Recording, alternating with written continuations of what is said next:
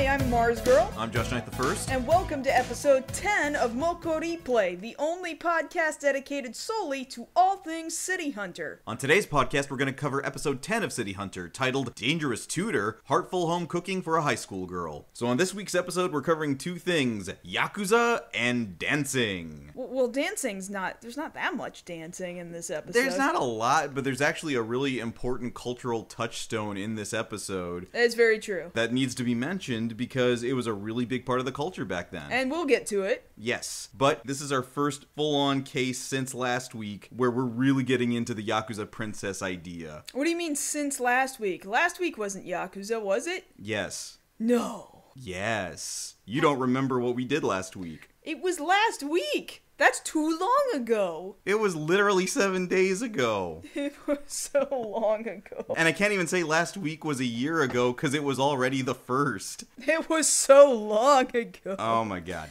But it is the first, like, Yakuza Princess, because there's a bunch of these, where there's always a daughter of some mob boss. A patriarch there in the Yakuza. A patriarch in the Yakuza, and they've got a daughter, and they need protecting or something, and that's what's happening here. And the reason why Ryo's even caught up with her at all in the first place is because, actually, he doesn't mess around with the Yakuza, because they're a crime family, except now he's been tricked into it this time. So this establishes something in this episode as we go ahead and get into it. Ryo does seem to have a policy in place, as he states here at the very beginning of the episode. This episode establishes that he also doesn't take cases from the Yakuza specifically. Right, because they would otherwise just have him doing crimes for the sake of doing crimes. Right, exactly. And that's not what he's out there to do. He's not that kind of mercenary that just takes anybody's money, which I think, at least, if this dude's gonna run around assaulting women, at least... Which he doesn't do a lot this week. Which he doesn't do all that much of this time. At least he doesn't just go around being a hitman for hire. So we start off our episode not knowing what's going on. We see Cowdy walking around with the traditional bag of groceries that you always see with 2 loaves of bread sticking out of it, And it just says Mart on the bag. Not H-Mart, not Walmart, not Kmart, just Mart. Mart with 2 loaves of bread. And we've got 2 cars full of Yakuza lackeys running up on Ryo's apartment. Give us back the 100 million you owe us. Kaori runs in like, what are they talking about, 100 million? And Ryo's like, this hot lady, she just gave me a stack of cash for seemingly no reason. I mean, I really just wanted to sleep with her, but she insisted I just take this money. Now I owe that money back to the Yakuza if I don't protect the Yakuza boss's daughter. So specifically, the group we're talking about this week, we're only dealing with one major one and one at the very end, so we don't have to differentiate this week. The main group we're dealing with is called the Ryujin Kai. This whole thing was set up because the boss of the Ryujin Kai has lost control of his daughter Sayaka, who wants nothing to do with him. Sayaka has gotten into a fight with a biker gang? And you're just kind of like, why is this teenage girl getting into a fight with a biker gang? I mean, she's already in a crime family to begin with, but we'll get more into the other gang later. So they go up to the high school to go pick her up, and it turns out she's in a sukeban, like she's running this girls group, this really mean, tough girls group at her high school. Yes, so you've seen the kind of trope if you watch a lot of anime or even some older Japanese media of the schoolgirls that are wearing the long, all the way down to their ankles skirts. Which technically speaking is not the proper dress code for high school. Like, usually for high school, the skirts are like way shorter than that. Like below the knee, if I'm not mistaken. At the knee, or like it's also become pretty common to be like up at the thigh. Really? Yeah, like at the thigh, but like no higher than that, because then then you're getting into different territory there. Right. Middle schoolers usually have longer skirts, but then it became like really cool for these rebel girls to just have extremely long skirts, like way out of dress code. Like, I don't know if you had, you did have a dress code because you went to a school where... I went to public school, yes. Well, you had a school where you had to wear a uniform. I did not have to wear a uniform, but we may as well have worn uniforms because our dress code was so strict. One of the parts of the dress code was like, you cannot wear pants that are so many inches away from your leg. So what they're talking about are extremely baggy pants or like friggin' Jinko jeans, alright? Where they're they're like 20 really inches dating ourselves here. Yeah, 20 inches in length or something like that. That's the kind of dress code this is breaking, right? Are these extremely long, not poofy dresses, but there's a lot of dress there. Yeah. So in order to do this job, Ryo decides, all right, I will need to pose as her tutor to get in close to her, and plus I don't really have a choice because the money they gave me, I already spent it. 100 million yen in 1 week. And that's $10 million.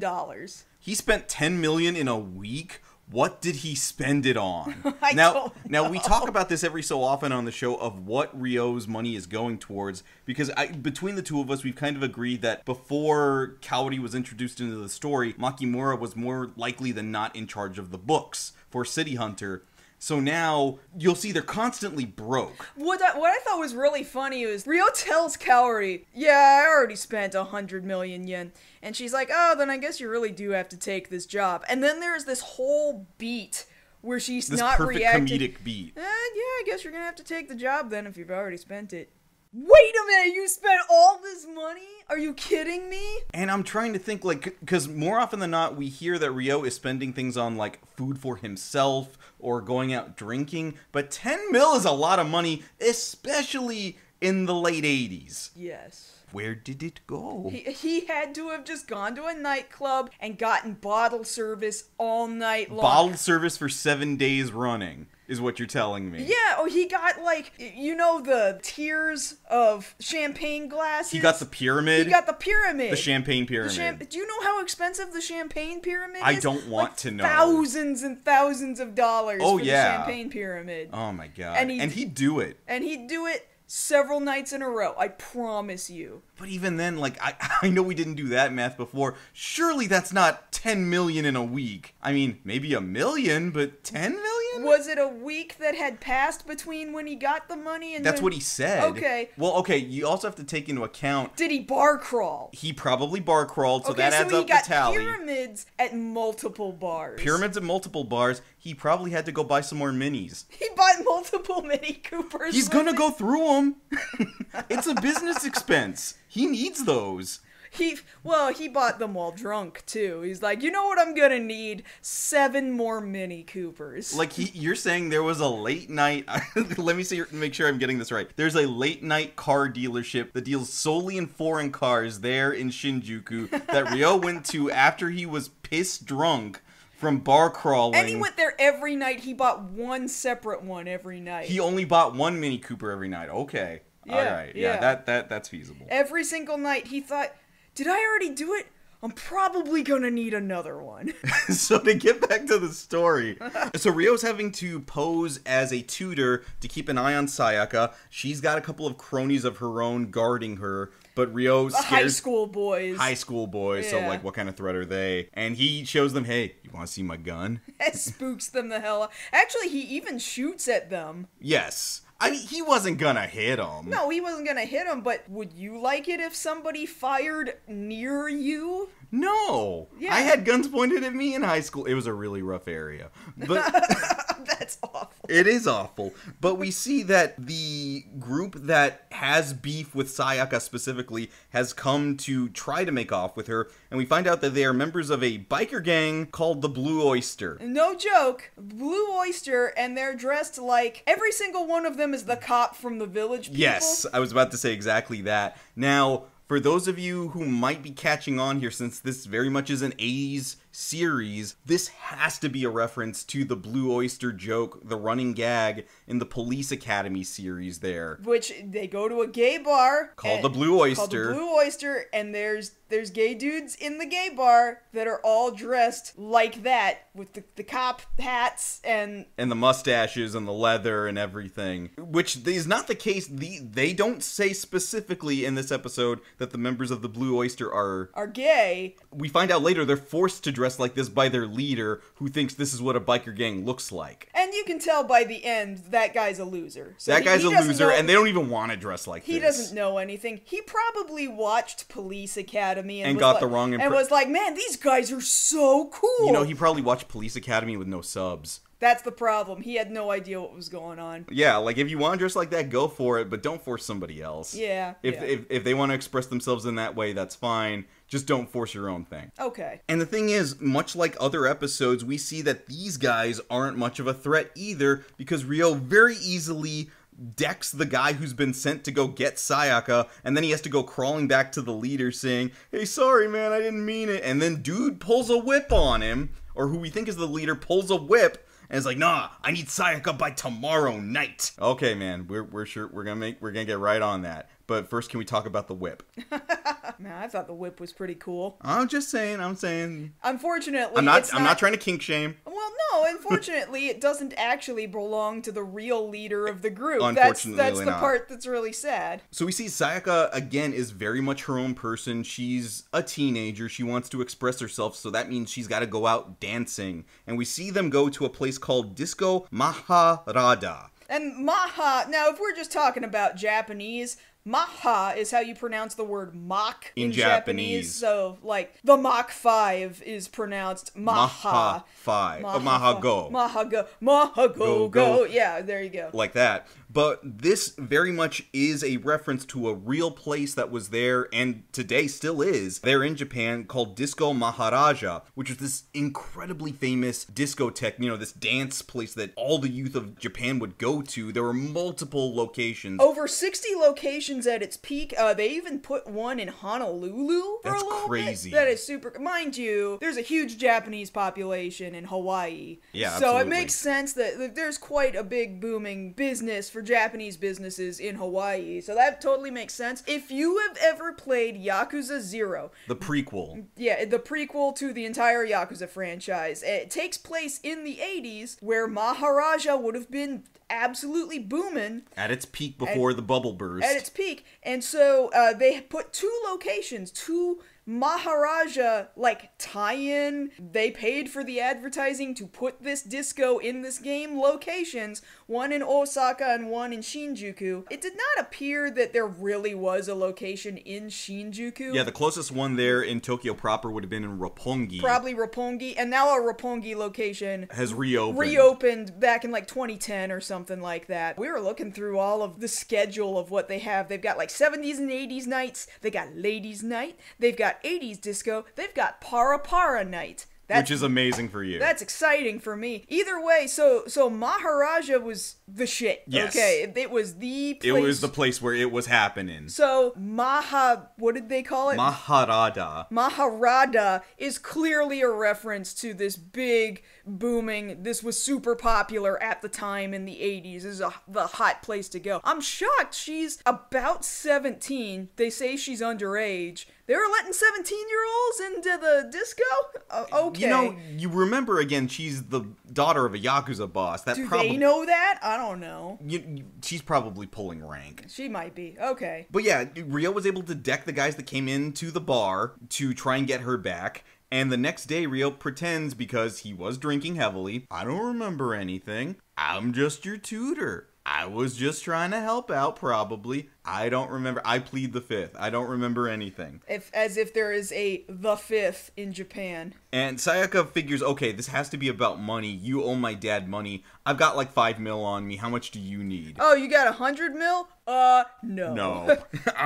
Wait. I made you lunch. Where you going? School! Stupid? What? I'm dressed in my uniform, dumbass. No, I'm going to play pachinko in my school uniform. Yes, I'm going to school. But Ryo follows her, carrying her lunchbox. And decides to go ahead and like throw his weight around with the other girls who, again, Sayaka has formed into a gang. But like I this don't know if he's girl's trying gang? I don't know if he's trying to teach him a lesson or why he's doing what he's doing, other than just to dick with He's just them. kind of showing off, like, oh, you're smoking the cigarette. I'm just gonna put it out in your own face. Yes, no smoking. This girl comes at him with a knife. He takes that knife, which has been stabbed into the blackboard, pulls it out of the blackboard, and then is like, your skirt's too long and out of dress code. Now it's a mini skirt, which is also out of dress code, but maybe it's a little closer to what dress code actually is. I mean, it's one extreme to another is what that is. That's true. So that's the one and only possible assault this whole episode is cutting down the length of this high schooler skirt, which, I mean,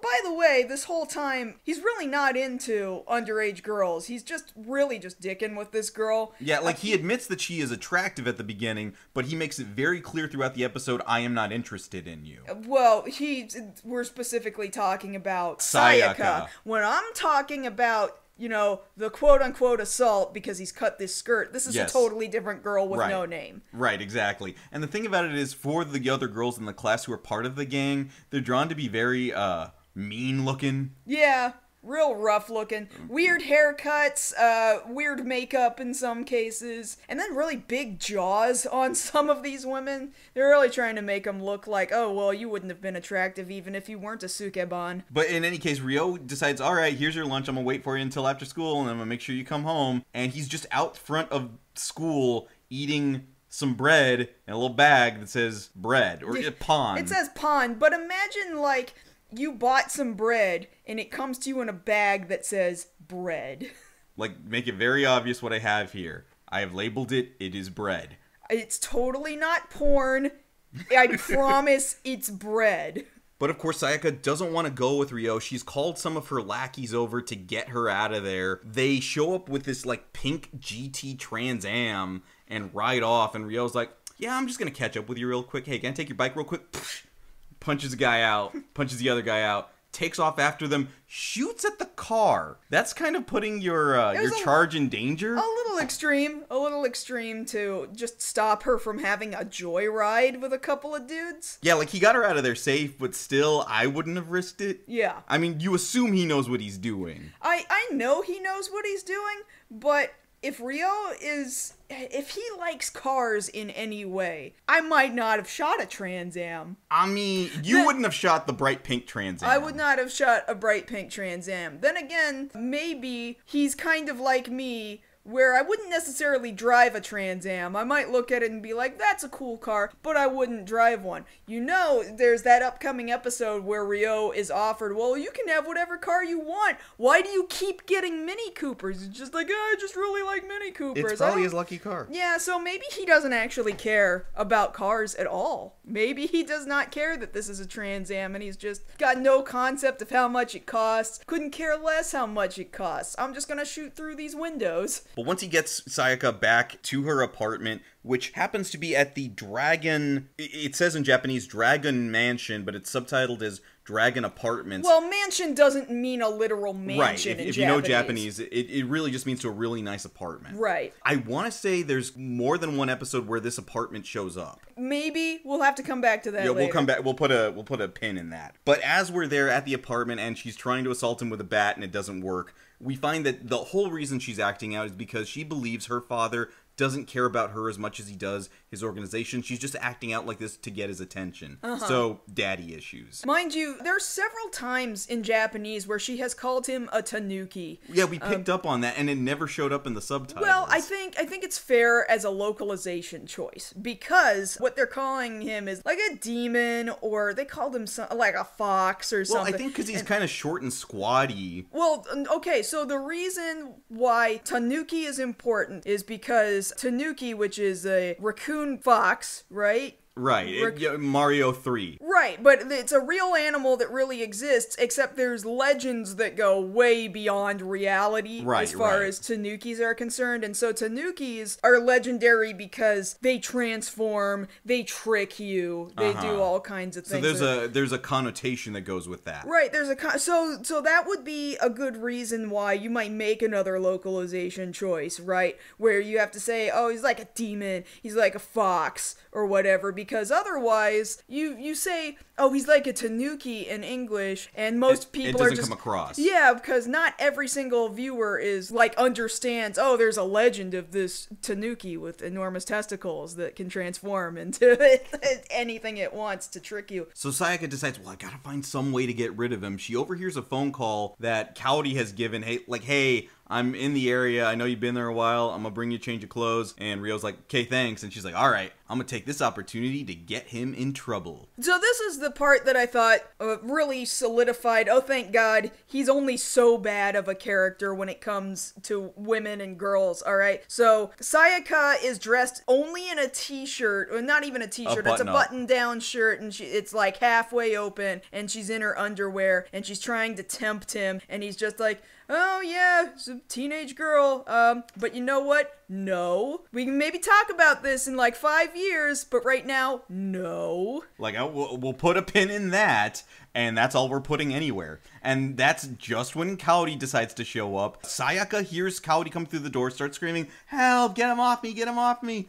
And of course, Kaori, being Kaori, decides, hey, you're assaulting her. This is the one time he did not, in fact, actually do it. Right. Which, you know, good on Ryo. And he's able to say, no, I got witnesses. Here's who's behind window number 1. So literally looking in the window is her dad and one of his lackeys. Yeah. And I'm just like, you were watching your daughter while she was like half unbuttoned and in her underwear? Not a good look, man. Fucking weird, dude. And like, they don't actually address that. They're just like, oh my God, he's been paying attention to me while I'm living alone. That's weird and stuff, but they didn't say, why were you looking in on me while I was half naked? They didn't. And he's just like, hey, just wanted to check up on you. All right, okay, bye. He just goes back up the scaffolding. Rolls up the window. And then later on, she hears somebody coming down on the scaffolding again. The glass breaks and it's stone cold. No, it's the Blue Oyster cult coming back to get her. So they kidnap her. And then the boss shows up, or the dude you think is the boss, and it turns out the boss is just using a speaker. Like, we're going Wizard of Oz here. Yeah, so there's a speaker around the neck of the really big dude that you think is the boss, and she's like, okay, this is stupid, come on out, and this real little dude on platform shoes with a bald head comes out, and it's a guy by the name of Torakichi, who is part of the Sekenkai, a different group, and we find out that they're in an arranged marriage. Yes, they're supposed to be married to bring the two Yakuza families together, which you'll see a lot of in these stories. And she's like, nah, fam, we ain't doing that. Nah, fam, we won't be fam. Yeah. You're bald, you have bad taste, you look like an octopus, you keep calling me Sally? Yeah, that part's weird. I really think this dude watched a ton of American films, and he just got the wrong idea. Like, he's an Ameriboo, so... Is that a term? I'm trying to think of the term that somebody, like, way back in the day on 4chan or whatever came up with. Oh, man. Yeah, and I think it was Ameriboo. It doesn't matter, it's stupid. He's that kind of dude. He's an American otaku. He's an otaku for American culture. Yeah, that's what I picture this dude as. And that's where we get the information that he's making the other members of the gang dress up like that. Like the dudes from Police Academy. They're like, just, dude, where are you getting this shit from? We don't even want to do this. Like, the gang part is fine, but let us dress different. So Ryo shows up, he wipes the floor with everybody real quick, and he's like, look, I'm just putting it down now. I know, Yakuza boss dad, you want me now to marry your daughter because you think I'm a better person than Tiger over here, and you're right, but I don't want no part of this. Knock it off. You, Tiger, get the hell out of here. Start paying attention to your daughter. Peace, I'm out. Mic drop. He walked away with everybody's respect, and the daughter fell in love with him, but he's never gonna pay attention to her, and we will never see her again, so, you know. And Kaori's like, man, you walked away from a lot of money, and Ryo's only response is, yeah, I also walked away from the thighs at the beginning of the episode. Like, what's up with that? I should have gotten her number. See, I was real confused about the line they chose in the translation, like, Thigh Master chick. Did he actually watch a Thigh Master commercial? Yeah, the subs were kind of weird, and then I realized, no, he's talking about the lady in the short dress at the beginning who tricks him into taking the money. Right, I understand. Which makes sense. He was going after a woman rather than a girl. Yeah. So good for him. I believe this girl, Sayaka, is one of the ones that super briefly shows up in the Takarazuka musical stage performance. I think if it's not her, it's a different Yakuza princess, but that's really hard to determine because there's so many. We'll have to go back and look at it. So the Takarazuka performance has several one-time appearance characters show up in rapid succession, one after another, to establish, oh, Ryo's been doing doing this. Here's a whole bunch of people like, hey, if you watched the show, you might remember they exist. And I am pretty sure Sayaka was one of them. And you're right, if it wasn't her, then it was another mob boss daughter. They're all really similar to each other. They're very similar. Yeah. And the thing is, the episode just ends there with Rio being like, man, I should have gotten a piece of those thighs. And scene. And also at the end there, I think she's only worn it, if only one other time, or this is the first major time we see that, again, that bomb. No, this is the second time. The second time we've seen a Cowdy wearing that bomber jacket. I really like that bomber jacket, and I really wish that it could be bought. And the thing about it is, I go searching through eBay a lot for City Hunter. Yeah, you do. It's what you do half the day. When I'm not at work, but I'm looking for City Hunter memorabilia. Nobody ever sells that jacket. Nobody's bothered making that jacket. That's so weird. Yeah. I want to say I asked somebody about it at one point, and they were like, oh, that's really specific, and I'm not sure I could do it. And I'm like, oh, man, nobody will ever make this jacket. I'm sure somebody would at some point. It'd be real expensive. You would think that at a certain point Sunrise would have tried to sell it, especially when Shinjuku Private Eyes came out. That's true. But they never did. Did she wear it during the movie? During the 2019 film? Well, no, actually. They had her in this, like, tan kind of... It looked like a jean jacket, but it was tan, the pink shirt and jeans. She looked really modern, all things considered. Right, which I'm okay with. I was a little weird with the way they did her hair in that one. Her hair looked really mullet-like, especially by comparison to... I know her hair's kind of boy cut-ish all throughout the 80s and 90s, but then they went a little mullet-y for the 2019 They gave her movie. too much volume in the back. Yeah. And it pincers off, too, in a weird way, and that's why it kind of looks like a mullet. But right now, it's fine in the episodes. And so next week, we're going to deal with another teenager, another 17-year-old, and a lot of references to Cat's Eye. Unfortunately, in the next episode, Rio is really kind of hungry for this teenager, and he forgets frequently that she's a teenager. This doesn't happen often, but unfortunately we're just letting you know.